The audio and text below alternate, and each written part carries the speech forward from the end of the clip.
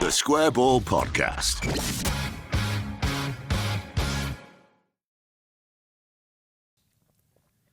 Welcome to the show. Brought to you in association with Levi Solicitors, who will generously offer you a 10% discount on your legal fees at levisolicitors.co.uk/the square ball. Whole range of legal services, including wills, probate and conveyancing. I'm going to say that today. Michael, what else do they do?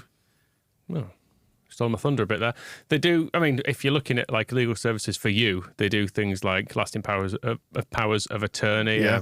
Or lasting power of attorney. It says powers on there. Does it? Yeah. More than one? Good. Yeah. Residential property disputes, personal dispute resolution, personal injury, medical negligence, all these things. Yep. That they do. And I presume there's a whole range of services for business as well. Yeah. Commercial. There's a whole other menu, actually. You could read all those items out. Yeah, or you could just go to levisolicitors.co.uk/the square ball to avail yourself of that information yourself. But yeah, do get that 10% discount as well. And cheers to Levi's for their support. There's also an Our Team page if you want to see photos of people who work there. Oh, it's up to you. Perfect. You can make them into stickers.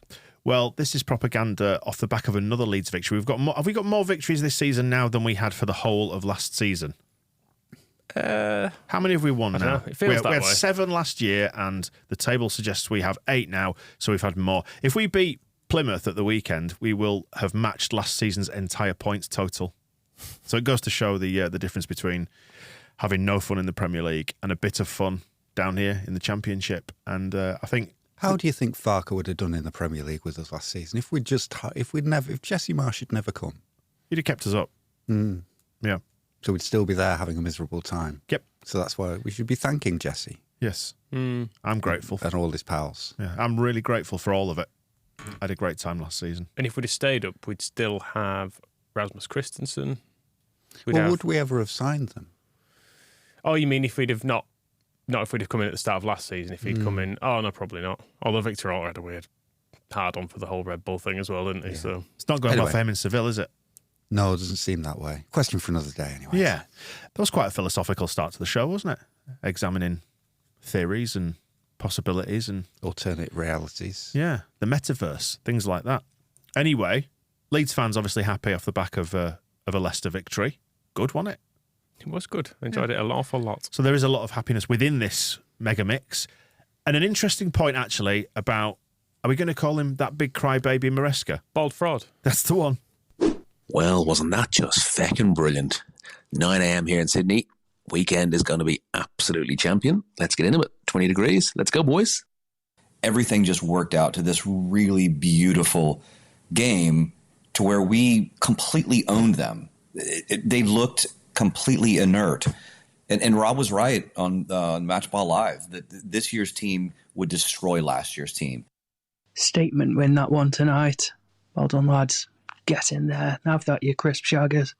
I hate the cliche perfect away performance, but if you're going to use it, then this is probably a good time. First half, came out the blocks fast, first 15, second half, and then the Sky Sports kept telling us the whole game how good we are on the break. That's what we did. Great for Georgia to get a goal and just a massive, massive win for our season. Absolute scenes of limbs everywhere when we scored the winner at Leicester. I was right in front of the corner flag, so great fun. And that's what I'm having now, fun, after the last 2 years. And it's just nice to enjoy football and to experience the joys of what it can be like. Also, before I go, fuck off Leicester with your honesty flags and your fucking clappers. Fuck off. Seriously. One of my favorite things is when opposition managers say that they deserve to win.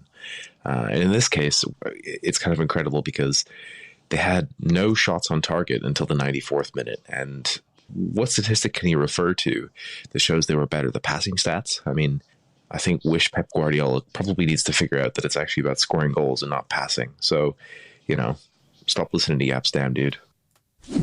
Thank you to our TSB Plus members for sending in their thoughts on the game. And what's an honesty flag? I don't know. Is it like passing a ball around a meeting? You can only speak when you've got the honesty flag.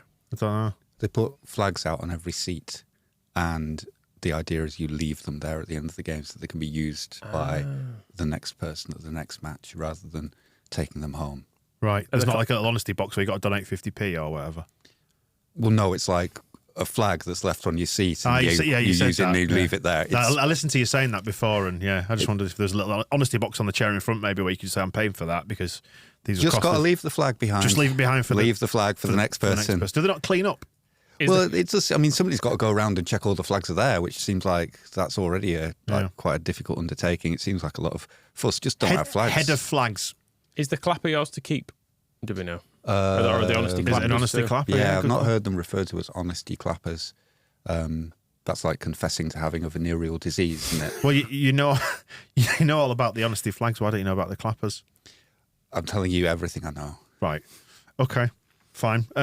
Somebody said in that range of clips that we made them inert. So here's my question for you. GCSE science time. Name an inert gas. I'd be guessing. Go on. Helium. Yes, that's the first one on the list. I hate you. Do you want any more? I don't know what makes it inert. It's just doesn't gas. move. Just sits there. Propane, butane. We're going to do my other guesses.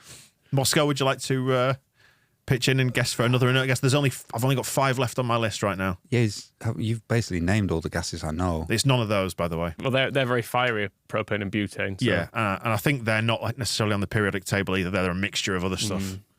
Yeah, no, this has never been my fault. Although I did get a surprise A in GCSE science. Yeah, I did as well. Absolutely not predicted, and somehow, I don't know, I was pretty good at the exam.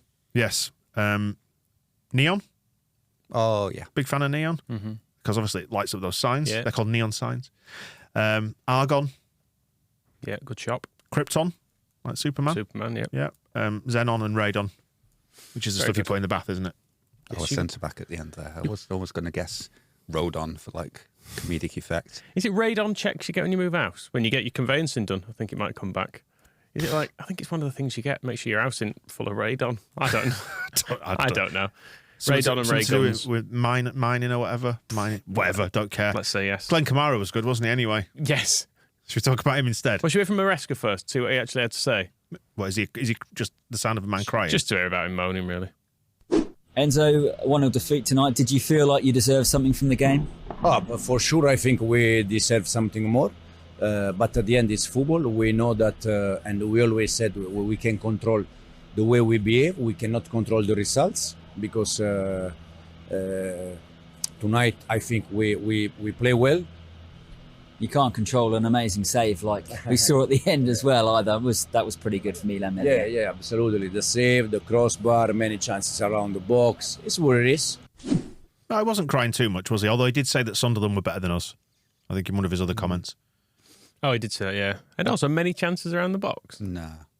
Didn't have any, did they? Nah. So we're not having that, are we now? Unless he refers to like shots that were blocked, but don't shoot when someone's in front of you. You mentioned the two, the save and the crossbar. And the crossbar one was, to be fair, absolutely outrageous. Still not on target though, was it? No, but I think the way, there was a moment sort of the end of the first half when I was watching their wingers kind of popping the ball over Sam Byram's head 2 ways and then spinning in and smacking it off the crossbar. I was like, Somerville that good? Have we just fooled ourselves into the idea? But then what those guys, their guys, didn't do anything in the second half, whereas Somerville defended like the new Radiston Kishishev. Wow, okay. And as a deep line midfielder, I wouldn't have seen that coming from any of their guys. So it was a different kind of performance. But yeah, they frightened me for a while, but not to the extent that I thought that they were better than us or could have won in any way, because we were better than them and we did win. Yeah, speaking of Glen Kamara, man of the match, he was good, wasn't he? Looking good. That's what people were saying. Good signing. So should we have a Glen Kamara love-in then? Everyone will rightly highlight Glen Kamara as being brilliant, and I thought he was. But I think we need to focus on the fact that with 88, 90 minutes on the clock, him and Ampadu are still capable of running. And that's something that Weston McKennie, Mark Rocker and Tyler Adams' hamstrings all struggled with last season. And just how nice is it to have centre midfielders that Victor Orta didn't pick? You have to go back 3, maybe 4 years to see a Leeds midfield and defence play that well in one game. I think one of the things that stood out for me was just how good Glen Kamara is. He has given me lots of encouragement in some of his silky touches, in that he's going to be quite similar to someone like Olivier Dacour for us, just sort of always in the right place, picking the ball up, turning out of trouble, starting something off. I don't want to get too excited or carried away, but I'm thinking he's going to be a cult hero. He's Finnish, he's cool, he's that little bit older than lots of the young bucks in the squad. I'm really liking what I'm seeing with Glen Kamara. Go on then, do it. Not getting. Oh, he's not finished. He's Finnish. He's not finished. He's no Finnish. He's 28. Yeah. But yeah, not getting carried away, but comparing him to Olivier Decor there. The point about his age is a good one. He plays like he knows what he's doing, and I think that's where we failed in lots of ways previously. It was mentioned about the other centre midfielder signs about Tyler Adams, very young. Brendan Aaronson, very young. Weston McKennie, I don't think is 24, 25. Still young. In the body of a 40-year-old man, though. Bring in, and then he's this playing. season, By the way, he's playing right wing back for Juventus. I saw somebody might have even been James Horncastle might have tweeted to say that he's playing right wing back and looking really, really good for Juve this year, getting up and down the line. I mean, maybe I'll tune in to watch that. It'd be like, it's like seeing a panda giving breeding. Anywho, panda giving breeding, yeah. Panda giving breeding. The give me some breeding, baby. Old Ethan Ampadu's. Pandas are not asked about breeding either, are they? Well, that's it. So that's why it'd be worth experiencing. 23-year-old Ethan Ampadu and what is he, 12 Archie Gray. So bring in just sign a 28-year-old. Yeah, it's kind of just get the right mix, and it's taken Kamara a little while to get used to playing in a proper league. Hi to all our friends in Scotland. But yeah, I think that performance was kind of his big announcement, wasn't it? Yes. Right then, clips from elsewhere, which is the real joy within all this, isn't it? Let's hear what upset people have to say about matters. Should we have a drunk man first? Is it you? No, it's from The Final Whistle, which is a Leicester City thing. And he's in a pub asking people for score predictions, and he stumbles across a stumbling man. Yes. Oh, Robbie, my friend, what are you saying? Hey, Jake, my good mate. How you doing? Honestly, I'll take a draw tonight. You would? Yeah. I think that's going to be a tough game. Yep. 2-2. 2-2 draw. Yeah. Yep. Daniel James and Somerville score for Leeds. Leicester. And for Leicester, I think perhaps KDH and Jamie Vardy. Let's have it, Robbie. If we win it, that'll be a bonus. Sounds like he's had a good afternoon, doesn't it? He's operating at about 0.8 speed there, isn't he? I don't know if he made kickoff. Right. But it was Friday night, wasn't it? He was fairly old. He might have been retired. Why not go to the pub all day? I bumped into a bloke yesterday. I was chatting to him and he was saying the away end was a bit like that with Leeds. Like, it felt like everybody was absolutely arseholed because it was a Friday game. I think everybody must have taken the afternoon off work. You might as well. Yeah, and kind of gone for it. I think that fella edited himself quite well because in the state he was, you don't want to be attempting Keane and Dewsbury Hall. So just gave it some thoughts because you're thinking, who is he going to mention? I think he may have been thinking the same things. Like, I know which player I want to say, but there's no way I'm going to be able to get all those syllables out. So the North's premier wedding venue. What are the key bits? And he did it. So well played. Let's hear about the Meslier save then, shall we, from The Final Whistle? Yeah, this is him behind the goal.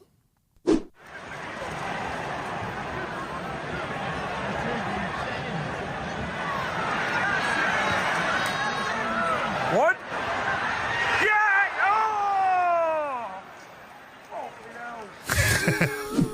Oh, you thought it was in, didn't you? You thought it was in. I also said fucking hell when that happened. Yeah. What a save it was. It was one where it's so difficult to work out. Maybe a combination of the camera angles and just how quickly it all happened, working out exactly what happened. I think that was on the commentary as well. There's real confusion. First you think it's Ayling has tried to score an own goal. Then you think it's in. Then you think, has it hit the bar? And it's one, some saves need a replay, don't they? Mm-hmm. And that was one where you actually watch it back and you think, Ilan's back. Yeah. Did you see Bryn talking to him about it after the game? No, not yet. He was asking him if he'd watched it back and he was trying to pretend he hadn't. It was like, how many times have you watched the save back? And he was like, Do the voice. Oh, I've seen it a couple of times. I don't like to watch my own performance too long. And he was like, you've watched it though, haven't you? And he's like, yes, I've watched it a lot of times. So he should, because it's so long, and not necessarily, I mean, you can go through whether he was crap last season or he was suffering with the defence in front of him, but it won't do him any harm whatsoever to have that save that he can just go like, yeah, I did that last week, instead of it having 7 goals just flying past him. It's like, oh God, yeah, I did that last week, and I'm going to go and try and do it again. Yeah, so just stick it on a loop. I might send him a projector so he can, or do one of those big stunts. I might go and project it on the side of a building opposite his house. Hey, okay. Just to close the circle of pandas there, we were talking about pandas and the fact they don't like to breed. Play them tapes of Ilan Meslier. For pandas? Yeah. Okay. Because everyone goes, oh, you listen to Meslier, you fall pregnant. So if they could play tapes of I don't think it works across species. Does it not? No. We've got a Huddersfield fan later on, actually. if that's what you're into. Go on then. Where next? We've got some more Meslier slander later on as well, actually, from Leicester fans. Let's go to Fusion Josh, who is one of these neutral people who goes to games. There's like a subtext of scorn in your voice there. Well, I mean, rightly so. Yeah. What the hell are you doing? Pick a team and go with that one. But he's in the Leicester end. It's just him really being pleased with Leeds fans. It's just so we can pat ourselves on the back.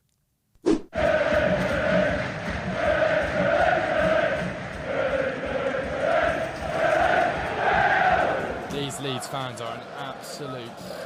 They're so loud, I must say.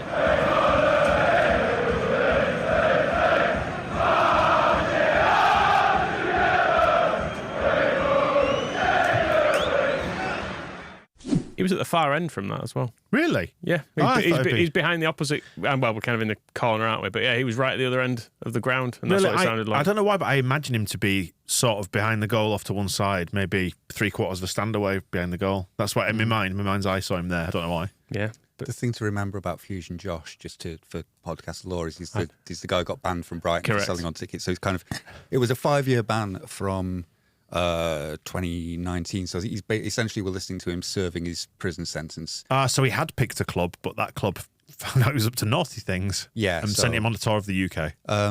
Well, they just said that he wasn't welcome there, and so he's having to go to all the other clubs. So that is why I think he crops up quite frequently in propaganda. It's always like, why is Fusion Josh at a game? And it's he's denied the pleasures of watching James Milner. He basically goes around and goes, I'm at the biggest game in England today. He does that, all that sort of stuff. Right. Fair play, whatever. There wasn't a big one that Friday, was there? Just him describing the Leeds fans there reminding me of our favourite posh Chelsea fan. Should we wheel that one out just for fun? Of course. Here we go. This is when they went 1-0 down to Forest at home. The Forest fans are going absolutely balmy. Oh my God, look at the state in of that. Never gets old. Right. Look at the state of them.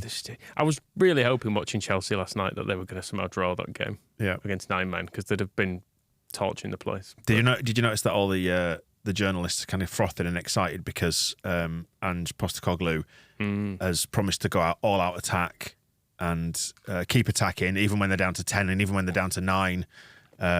And to play the game in the right way with the right spirit, not questioning the referees. He's pointing out, very big contrast to Arteta, the big crybaby, and Arsenal's statement backing him to that effect. And it's just says that it's a difficult job, innit? Got a really difficult job. They're trying the best or whatever, to paraphrase him. Imagine if that had been said in a Spanish accent, what the reaction might have been. How it might have been different. Not just the Spanish accent, but the Spanish language. Matt Law liked it as well, didn't he? Yeah. He'd done it. It's because it's been said in English, isn't it? And he can understand it. His favourite's Dean Smith. Yes. Anyway, also Arteta just needs to shut up. So I He think really does. anybody counteracting that is going to get some joy out of people. I'll tell you how bad Arteta was. I listened to Arsenal Fan TV for this, and they were more reasonable than Mikel Arteta by a distance. A lot of them were like watching even on the live watch along, they were seeing all that. I watched the whole process of the VAR thing unfolding, and you could see him going, yeah, well, you can't actually tell if the ball's out because of the angle of it and the curvature of the ball, and they were addressing that, and then someone going, oh, well, he's leaning on Gabriel, but you've seen him given, you've seen him not given, and they were actually all right about it. They kind of thought, on balance, probably one of them, or they may be offside, you couldn't really tell, but so they were thinking, well, on balance, maybe we might have got one of them, but they were kind of all right about it. Arteta's a crybaby, though, isn't he? He's so fucking annoying. I'm aware I'm straying into the territory of Richard Keys here by getting annoyed at Arteta, and I don't wish to align myself with that hairy-handed fool. If you are becoming more like Richard Keys, I do need you to basically double your body weight, allow the hair on your hands to grow, and I don't have any daughters. No. Where next? Can we play Andy Pitt? Because you're talking about people in the Leicester end. We've got a Leeds fan in the Leicester end. Yes, and he was with his Leicester mate, who was the one you can hear here. And I just don't think he was enjoying the atmosphere that the Leeds fans are creating at the end of the game. You're all nonsense! Don't hate, bro. Don't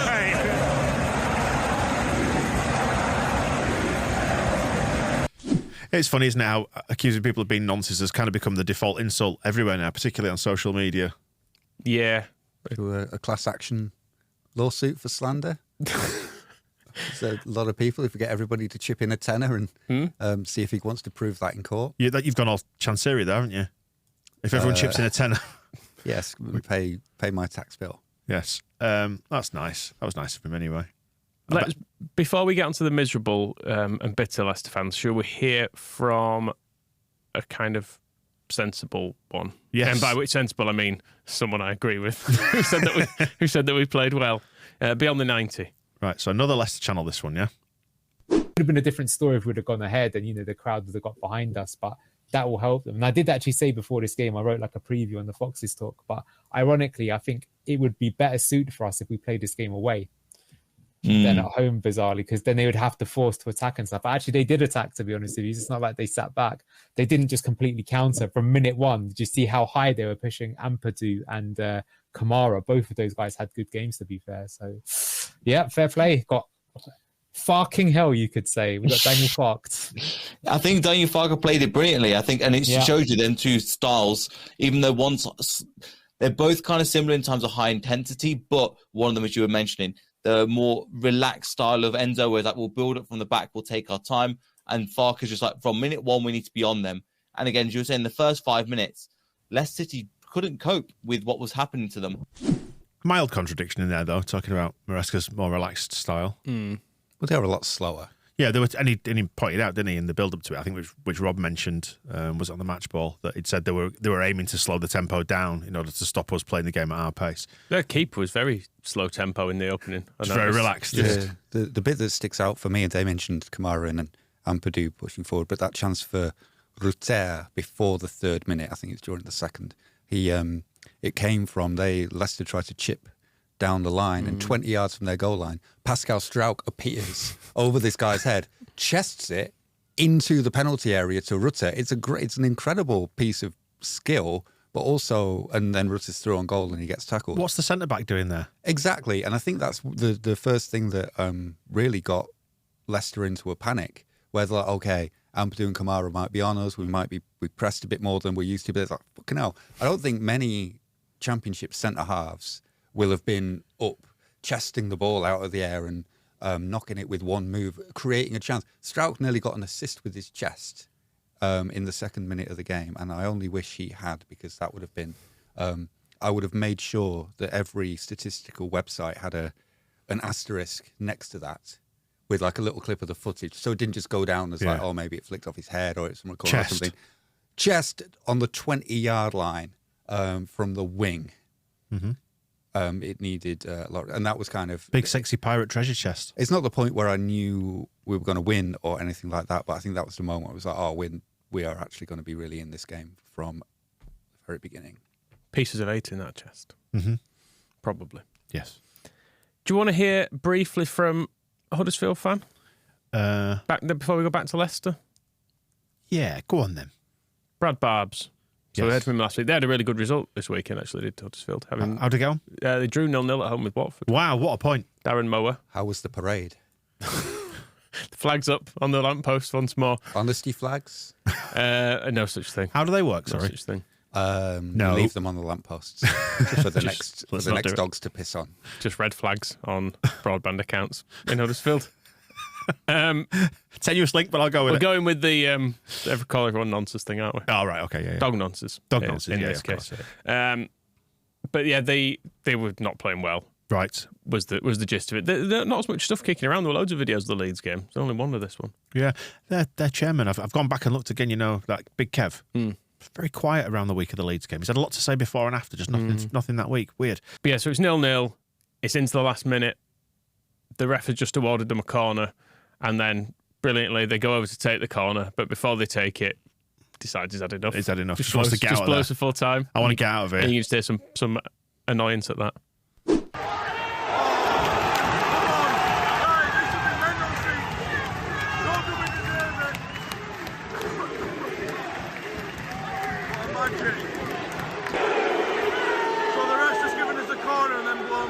Time. What a donkey. Don't shake his hands.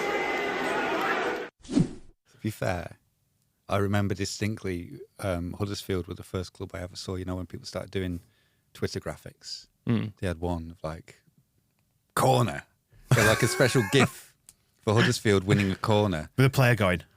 So it doesn't even they don't need to take it, just getting one. There's always been a big target of the Terriers. So Brad should just be happy with what he's got. Don't shake his hands. I like you said, don't shake his hands. Donkey. Turned into Uncle Peter. Right then, so now where? Leicester Fan TV. So this is, we'll start on the watch along. We're having a good run at these lot then, yeah? Yeah, there's plenty of them. So we'll start with them saying some probably libelous stuff. And we're repeating it, are we? Let's just amplify and broadcast it. Well, why not? Pirro, John at the referee. And Thomas Frank looks cold. I think that's Daniel Farka. Yes. What am I? That's Brentford's manager. I see what you're saying, yeah. Right. Do not confuse the two. No. Slightly long-haired, European, middle-aged, but different men. Yeah. Very different. What do you think Daniel Farker would have said if somebody had mistaken? Said, hi, Thomas. What would he have said? He said, that's not a problem, but my name's Daniel. Because he's a nice guy. Yeah, he is. Because he's a nice guy. So we're going to join him. Second clip. We've just scored, but that guy is not having it that they're losing. Yeah, we're not losing this game. We're definitely not losing this game. But it's time for us to get it together, though, because we've been playing like ass all match long. Playing like ass. He's obviously American and positive. You can hear the English guy on the stream just go, I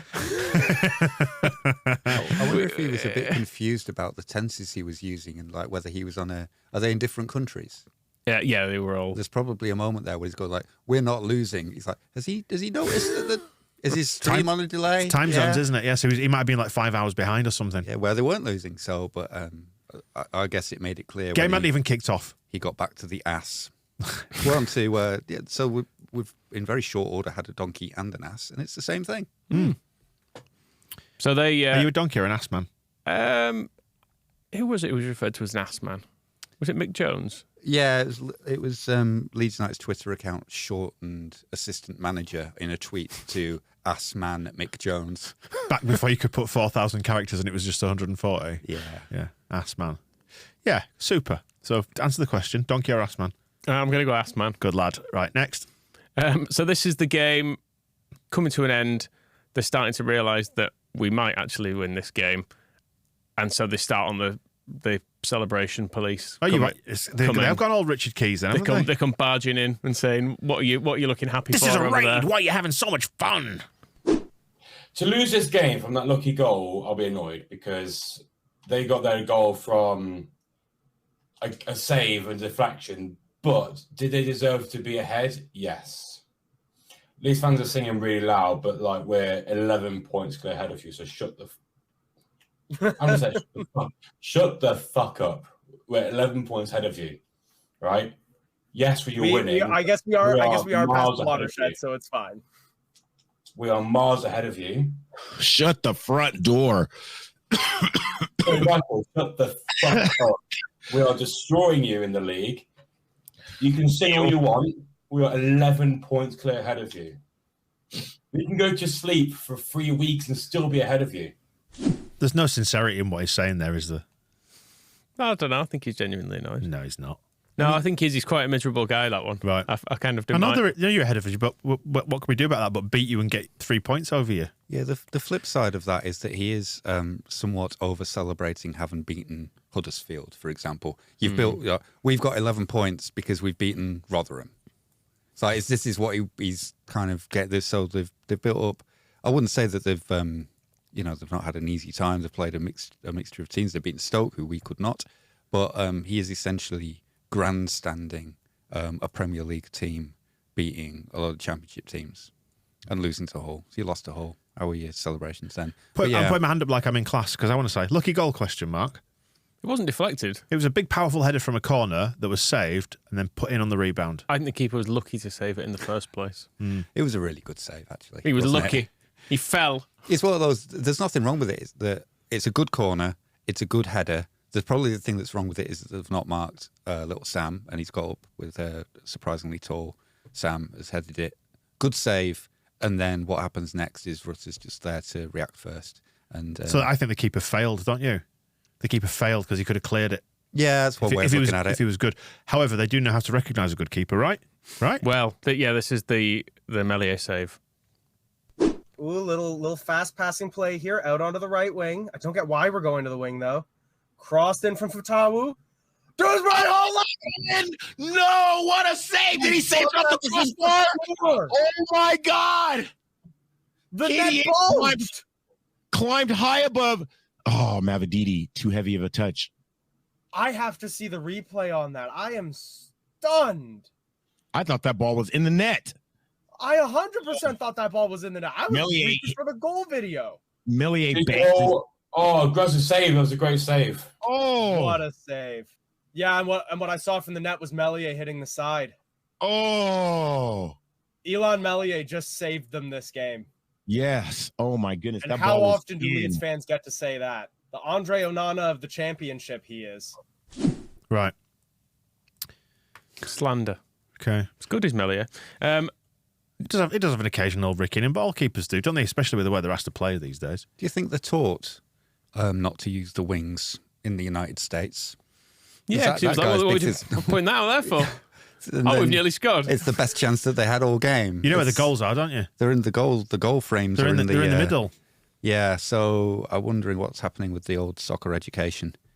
One of the guys, the less gravelly of the two Americans, had a Leeds shirt in the background. I was just having a nice one too. It's the like 97, 98 half and half Alfie Haaland kind of era one. If you're doing that for every single watch along, you've got to go and buy like a classic Rotherham shirt and hang it up behind you. That's a fair old investment. Yeah, it struck me as a strange one to have, but a good one to have. Good one. I've still got that shirt. I have as well. Yeah, I'm sure it fits like a glove. It's actually massive. Because they're all oversized, aren't they? I can still fit into that. I'm pretty sure. Probably too big. Yeah. Not like our Lowfield shirts, which are a perfect fit. If I haven't brought one with me ever, but you can buy a calendar. So buy a calendar. It's charity. Every penny of profit from those calendars goes to Leeds Cancer Centre. If you're really thrifty, you can take screenshots of this video, print them off your out. own. Yeah, that's what get them bound. Yeah, get it bound. Yeah, probably cost you more in the end. To be honest. Can you just go back to February and just check there are 29 days on that one? Listen, let's not get into the details. No, there are. Yeah, good. And look, you can even write on it as well. That's good. Yeah. Wow. Yeah, right on that. As long as you keep all your appointments brief. Yep. and few. But it'll take the word like, holiday.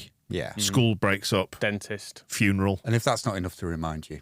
That was a bit grim, wasn't it? Mentioning the funeral. Hey, they're all moments of celebration as well, aren't they? Like we've learned our lesson. Don't put players on that you love anymore. Have we got Pascal at the moment? But on good moments. Is he in November? I can't remember from this year's calendar. Yes, I believe so. Yeah, big sexy pirate. Yeah. And then Sinister to come in December, which everyone's going to enjoy. Moving on. They're available at the squareball.net if you want to get one of those, by the way. See Sinister still shared his goal on Instagram. Because it's all about him, isn't it? You got pumped 6-1 at the Etihad, but... Celebrate moments. Yeah, absolutely celebrate moments. Learn from Jesse. Celebrate those bloody moments. Anyway, we're talking about celebrating. Yeah, so this is now post-game, and it's the same guy policing the celebrations because he's seen, obviously we're celebrating again because the game's now finished and we've won. Yeah. But you can just tell us... Mad is it? Imagine that you've gone away to the top of the league, the runaway leaders, and you've beaten them on their own turf, and you've just got to go off to the sound of polite applause and just stoicism. A stoic handshake. Yeah, that's what I'd have gone for. But you can tell there's just a little bit of doubt crept in at the end of this. Yeah, I mean, we weren't good, but Leeds came to play today. That's the final whistle. Full time. Leeds celebrating as if they just won the championship. Well, they did. They won the championship if what? You take away the top 7 teams? Jumped in Melié's arms there, just like, yes. Well, they can celebrate when they're fight with Ipswich, but, we're still 11 points clear. So we could be 8 points clear if we lose to Middlesbrough. Oh. Is Middlesbrough? Do you think Middlesbrough is a must-win game? I enjoyed there was just a little pregnant pause in there where it dawned on him. Actually, if we do lose that game, 8 points is not. That's single digits, isn't it? Oh, that's not. I don't buy any of this. It's none of it's authentic. No, he's got a real reputation of being miserable as this guy. You can see the others are all really enthusiastic, and he's always bringing it down to it. I wouldn't know what that's like. Enjoy being clear then. Just if we catch you, then we'll crow about it like a set of unbearable twats. Anyway, where are we going next? Post game. Oh, they're still unhappy, are they? Yeah, this is a different show that they do, and they're unhappy with the way the game has been covered by a clueless clickbait, know-nothing journo. Oh, I bet I can guess who this is. What did Jamie think to Phil Hayes' verdict of the match? And Locke thought it was bullshit. Now I've not heard this, so I don't know what he said. So he's referring to Phil Hay, who's a writer for The Athletic, who covers Leeds games, and I can't remember the exact wording that he used, but I think he said something along the lines of Leicester couldn't live with Leeds, and basically implied that we were lucky to just lost it 1-0, and that on another day it could have gone on and been 3 or 4. And I think I shared this just in utter disbelief at what I was reading, because it certainly wasn't the game that I watched. I think I can only imagine that is written with some white tinted glasses on it. They were in no danger of running away with the game at any given point. And I know that's easy to say that and be accused of bias the other way. But, I mean, it's not like they were raining chance after chance. Hermansen had the one save to make of any note. I didn't see that game at all. I think he was baiting for a few reactions, should we say, and I think I was silly enough to give him one. You know what's going to happen here now, don't you? Is I'm going to take that, I'm going to bait Phil Hay with it towards the back end of the week. Let's copy that clip from that set of show notes onto the one at the end of the week, play it for Phil, and make him trash this Leicester fool. Fair. He'll be too busy writing articles about could this 28-year-old £50 million player be Leeds United's answer in January. That's the sort of stuff Phil does, isn't it? Yeah. I think Phil will probably quietly point out that the guy's misremembered what he actually tweeted. If we want to, I think this is. Yeah, but what did he mean? What was he getting at, Moscow?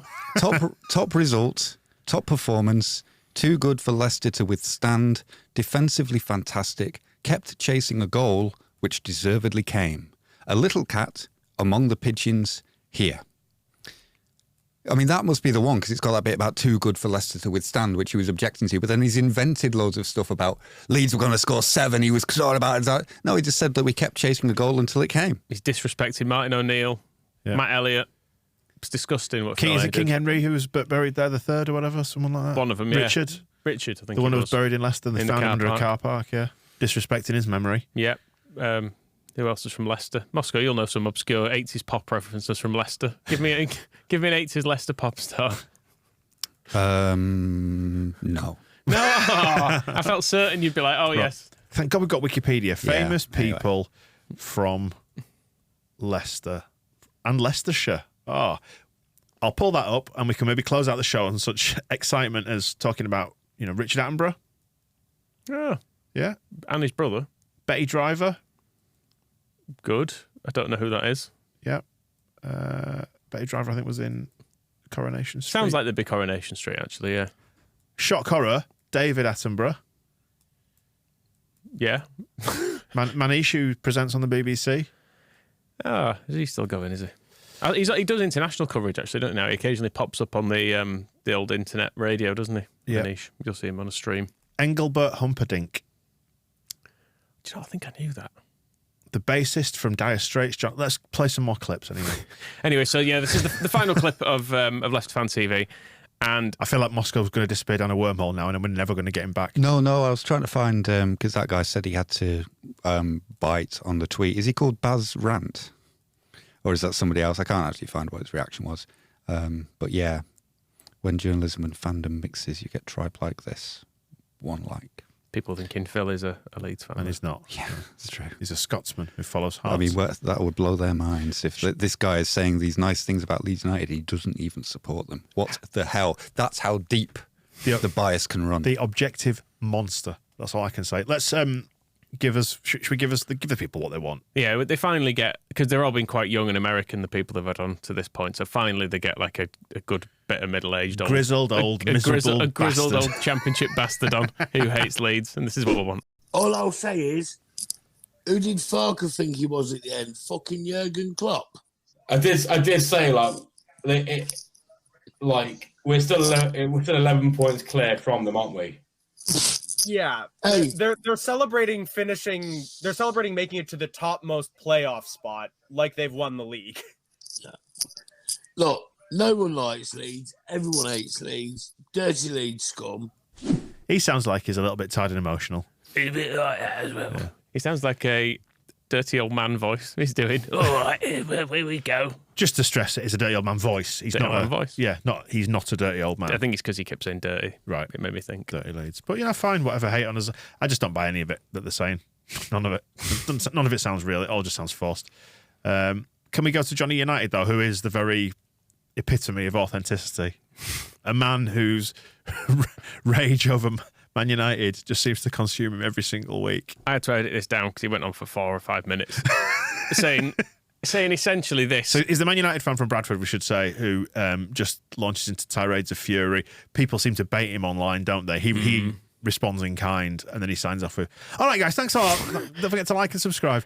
But yeah, enjoy your weekend. They did win in the last minute, so you think he'd be happy. Out over the moon with it, but his hero Bruno scored, hasn't he? We had 1-1-0, and end of the day, we was shocking again. Bruno was shocking all game. He's been shocking all season. But people are coming off mute and at me because I'm not celebrating a Bruno goal. Fans that are celebrating that, listen, good luck to you. I'm not knocking anyone. If you want to do that, big up to you. But we've been terrible all season. Really, we're one of the worst teams in the league, in my opinion. One of the worst teams, playing arguably the worst football in the league, and players that just don't give a fuck. I don't see any direction we're going. We're going in the wrong direction. We're not going in the right direction under this manager. We're going in the wrong direction.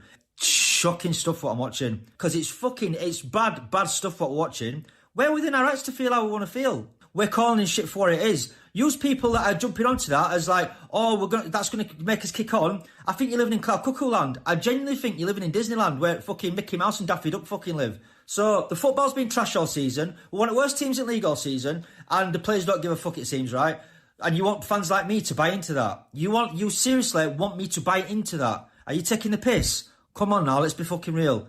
All Bruno's doing is delaying the inevitable, like he did under Ole. When he doing it similar, he was doing last minute fucking winners under Ole, and he kept holding the job a bit longer. He got sacked. Same thing's happening now. We're not winning out.